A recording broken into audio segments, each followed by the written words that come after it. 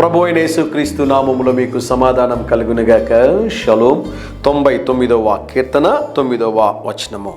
మన దేవుడైన యెహోవాను గణపరచుడి. దేవుడు మీకు అవకాశం ఇచ్చిన ప్రతిసారి దేవుడు చేసిన మేలుల్ని జ్ఞాపకం చేసుకుంటూ దేవుణ్ణి మనం గణపరచాలి. అనేక సార్లు అనిల్ మమ్మల్ని అడుగుతూ ఉంటారు, ఏది జరిగిన ప్రతిసారి దేవుడు దేవుడు అంటారేంటి మీరు అని అడుగుతూ ఉంటారు చాలామంది.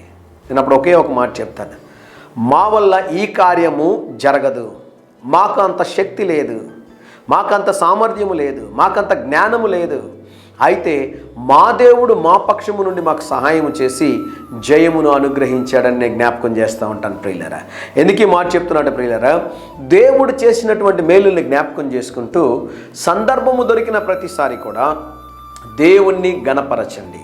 నీ ఆస్తిలో భాగం ఇచ్చి, నీకున్నటువంటి సంపాదనలో దేవుని కొరకు ఒక భాగం ఇచ్చి, నీ కానుకలను దేవునికి ఇచ్చి, నీ దశమ భాగంలో దేవునికి ఇచ్చి దేవునికి గణపరచాలి. నీ సమయము దేవునికి ఇచ్చి దేవుని గణపరచండి. నేను ఎప్పుడు ఒక మాట చెప్తుంటాను, మీరు వెళుతున్న సంఘంలో మీ కానుకల్ని సమర్పించండి.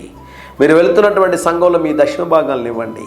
ఆ సంఘం యొక్క అభివృద్ధిలో మీరు కూడా పాలిభాగస్తులై ఉండి దేవుని గణపరచండి. మీకు ఒక అవకాశం దొరికిందా, దేవుని గణపరచండి. అనేక సార్లు మీటింగ్స్కి వెళ్ళినప్పుడు నేను ఆ మీటింగ్కి వాక్యాన్ని చెప్పడానికి ముందు చాలా పొగుడుతూ ఉంటారు. ఆ టైంలో నేను మనసులో అనుకుంటుంటాను, ప్రభువా వీటన్నిటికీ కారణం నీవై ఉన్నావు ప్రభువా.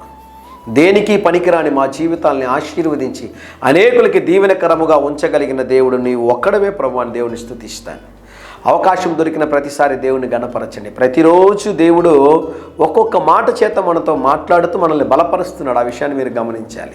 ఈరోజు దేవుడు మీ జీవితంలో చేసిన మేలుల్ని జ్ఞాపకం చేసుకుని గణపరచండి. తద్వారా దేవుడు బలమైన కార్యాలు మీ జీవితంలో జరిగిస్తాడు. ధైర్యంగా ఈ దినాన్ని ఎదుర్కోండి.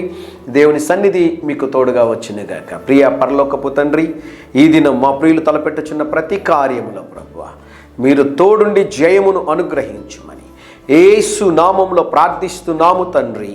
Amen, amen.